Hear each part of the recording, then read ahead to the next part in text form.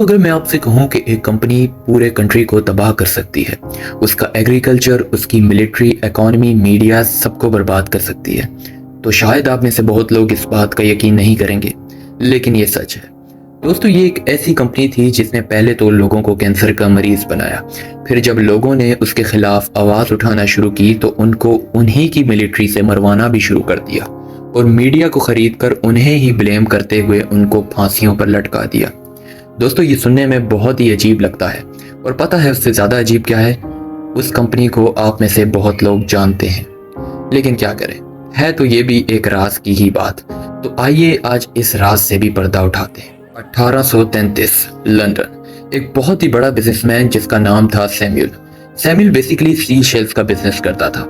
वो उनकी इंपोर्ट और एक्सपोर्ट्स किया करता था। वक्त गुजरता है और 1870 में सैमुअल के गुजरने के बाद उसका ये बिजनेस उसके दो बेटे संभालते हैं, और बड़ा बेटा मार्कस केरोसिन ऑयल यानी मिट्टी के तेल का बिजनेस भी शुरू कर लेता है। दोस्तों, उस जमाने में ये ऑयल लकड़ी के बैरल से इधर उधर भेजा जाता था, और मसला ये था कि ये बैरल्स बहुत आसानी से लीक हो जाते थे और ऑयल भी ज़ाया हो जाता था। दोस्तों, मार्कस बहुत काबिल था।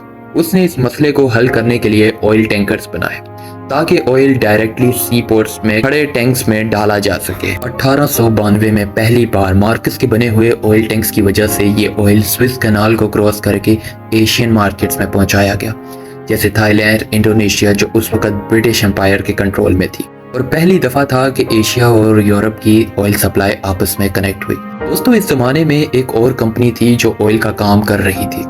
जी हाँ, मैं बात कर रहा हूँ स्टैंडर्ड ऑयल की, जिसको चला रहे थे जॉन डी रॉकफेलर, हिस्ट्री के सबसे अमीर आदमी। लेकिन उस वक्त स्टैंडर्ड ऑयल सिर्फ यूरोप में ही ऑयल सप्लाई कर रही थी, और जब इनको पता चला कि मार्कस ने ऑयल टैंकर एशिया तक पहुंचा दिए तो उन्होंने मार्कस को ऑफर की कि वो स्टैंडर्ड ऑयल के टैंकर्स भी एशिया सप्लाई करें और बदले में उनसे उसका कमीशन ले ले। लेकिन दोस्तों, मार्कस एक खुददार शख्स था। उसने सोचा कि किसी दूसरी कंपनी के लिए काम करने के बजाय क्यों ना अपनी ही कंपनी खोली जाए। लेकिन दोस्तों, जैसा कि मैंने आपको बताया, जॉन रॉकफेलर हिस्ट्री के सबसे अमीर आदमी थे और स्टैंडर्ड ऑयल आसमान की बुलंदियों पर थी उस वक्त। उनके मुकाबले में कोई कंपनी शुरू करना किसी मजाक से कम ना था। लेकिन मार्कस ने किसी भी चीज़ की परवाह नहीं की। 1907 रॉयल डच पेट्रोलियम कंपनी के साथ मिलकर एक नई कंपनी बनाई गई जिसका नाम रखा गया शेल। जी हाँ दोस्तों, ये वही शेल कंपनी है जिससे आप आज भी अपनी गाड़ियों में पेट्रोल डलवाते हैं। दोस्तों, स्टैंडर्ड ऑयल को चैलेंज करना एक आसान काम नहीं था, मगर उस वक्त ऑयल की डिमांड बहुत ज्यादा हाई होने की वजह से ये कंपनी बहुत जल्द दुनिया की टॉप ऑयल सप्लाई करने वाली कंपनी बन गई। दोस्तों, ये भी कहा जाता है कि वर्ल्ड वॉर 1 में शेल ब्रिटिश आर्मी को सबसे ज्यादा ऑयल सप्लाई करने वाली कंपनी थी, जिसका मतलब ये है कि कंपनी की वर्ल्ड वॉर 1 में ब्रिटिश अलाइज की जीत में बहुत बड़ा रोल है। और वर्ल्ड वॉर 1 के बाद ये बात हर कंट्री को क्लियर हो चुकी थी कि ऑयल किसी भी कंट्री के लिए बहुत इंपॉर्टेंट रिसोर्स है, यानी जिसके पास ऑयल होगा वही हर तरफ राज करेगा। लेकिन दोस्तों, इधर एक बात बहुत इंटरेस्टिंग थी, क्योंकि ऑयल तो गॉड्स बनी थी, यानी ऊपर वाले की दी हुई दौलत, और ये हर कंट्री के पास नहीं थी। और यही वजह है कि इसकी प्रोडक्शन भी बहुत लिमिटेड थी, और दूसरा, इसको एक्सट्रैक्ट करने और रिफाइन करने के लिए बहुत पैसा चाहिए होता था। दोस्तों, मार्कस बहुत चालाक था। उसने सोचा कि क्यों ना भाई ऐसी कंट्री ही ढूंढी जाए जिसके पास बहुत बड़े बड़े ऑयल रिजर्व हों और वो गरीब भी हों, और ऊपर से वहाँ पर करप्शन भी बहुत हो रही हो। क्योंकि दोस्तों, जहाँ करप्शन होती है वहाँ गुर्बत भी ज़्यादा होती है, और जहाँ गुर्बत ज़्यादा होती है वहाँ प्रोडक्शन कम होती है। और फिर मार्कस की नज़र पड़ती है अफ्रीका के वेस्ट में लोकेटेड नाइजीरिया, क्योंकि अफ्रीका के सबसे बड़े ऑयल के रिजर्व्स नाइजीरिया में। और फिर दोस्तों, 1940 में शेल अपना पहला कदम रखती है नाइजीरिया में और अपनी एक कंपनी वहाँ पर सेटअप कर लेती है। और फिर दोस्तों, देखते ही देखते नाइजीरिया की खूबसूरत सरजमीन पैसे की लालच और ताकत की हवस के पैरों तले पिस जाती है। दोस्तों, शेल गवर्नमेंट से पार्टनरशिप कर लेती है ताकि अब कोई बीच में ना आ सके, और शुरुआत होती है पानी से, क्योंकि जब हर जगह ऑयल ही निकाला जा रहा हो तो इससे नुकसान तो होना ही था। चाहे वो पीने वाला पानी हो या किसान के खेत में जाने वाला, हर जगह तेल ही तेल मिक्स हो जाता है। नदियां सूख जाती हैं, पौधे और दरख्त मुरझा जाते हैं, और फिर वो वक्त आता है जब मुल्क में लोगों के गले से पानी कम और तेल ज्यादा उतरने लगता है, और ऐसी ऐसी बीमारियां जन्म लेती हैं जो किसी ने पहले कभी ना देखी थी ना सुनी। कैंसर जैसी बीमारियां मामूल बनने लग जाती हैं तो लोग मरने लग जाते हैं और फिर लोगों ने प्रोटेस्ट करना शुरू कर दिया। लेकिन दोस्तों, जब सरकार ही मिली हुई हो तो प्रोटेस्ट आपका कुछ नहीं बिगाड़ सकते। 1990 दोस्तों, ये वो साल था कि जब नाइजीरियन आर्मी अपने ही लोगों पर बुलेट्स फायर और ग्रेनेड्स फेंकती है, जिसमें 80 लोग मारे जाते हैं और 600 से ज़्यादा लोग बेघर हो जाते हैं क्योंकि उनके घरों को जला दिया जाता है। दोस्तों, इन लोगों की सिर्फ इतनी गलती थी कि इन लोगों ने अपने बच्चों के लिए जो कैंसर से मर रहे थे अपने घरों से बाहर निकले थे और ये सिर्फ इतना चाहते थे कि उस कंपनी को बंद कर दिया जाए जो इसकी जिम्मेदार है।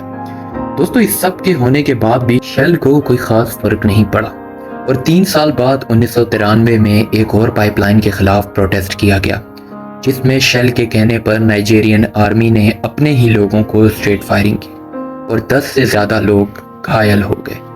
दोस्तों, अब आप यही सोच रहे होंगे कि एक गवर्नमेंट आखिर कैसे अपने ही लोगों को एक कंपनी को बचाने के लिए गोलियां मार सकती है।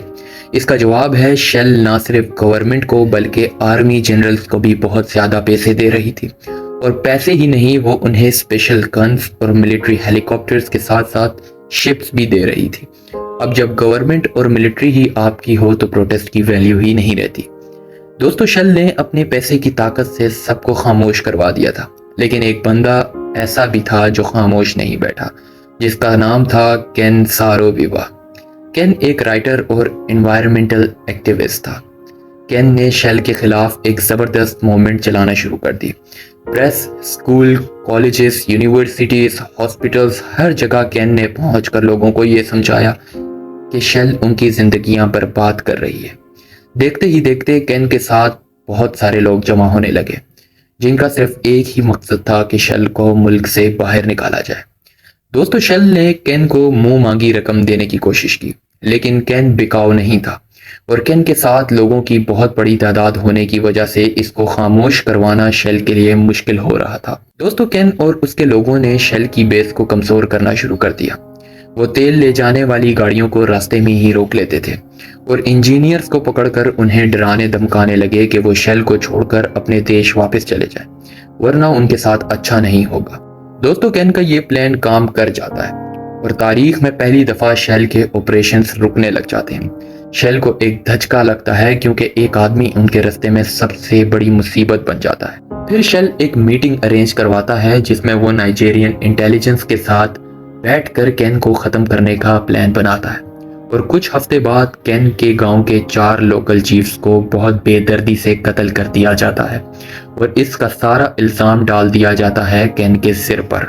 हालांकि दोस्तों, जिस दिन ये कत्ल हुआ था उस दिन केन अपने गांव में मौजूद भी नहीं था, लेकिन वो इसके गांव के चंद लोगों को रिश्वत देकर केन के खिलाफ झूठी गवाही दिलवा देते हैं और 1995 में केन और उसके दोस्तों को फांसी दे दी जाती है। इस सब के बाद लोग बहुत डर जाते हैं और वो समझ जाते हैं कि जो भी शेल के खिलाफ जाएगा उसका यही अंजाम होगा। दोस्तों, थोड़ा वक्त गुजरता है और इन्हीं 9 लोगों की फैमिलीज जाकर नीदरलैंड में शेल के खिलाफ केस करती हैं और 22 साल बाद 2017 में शेल को इस ट्रेजेडी का आधा कसूरवार ठहराया जाता है और उन लोगों ने जिन्होंने रिश्वत ली थी वो आकर कबूल कर लेते हैं कि उनको शेल ने ही रिश्वत दी थी।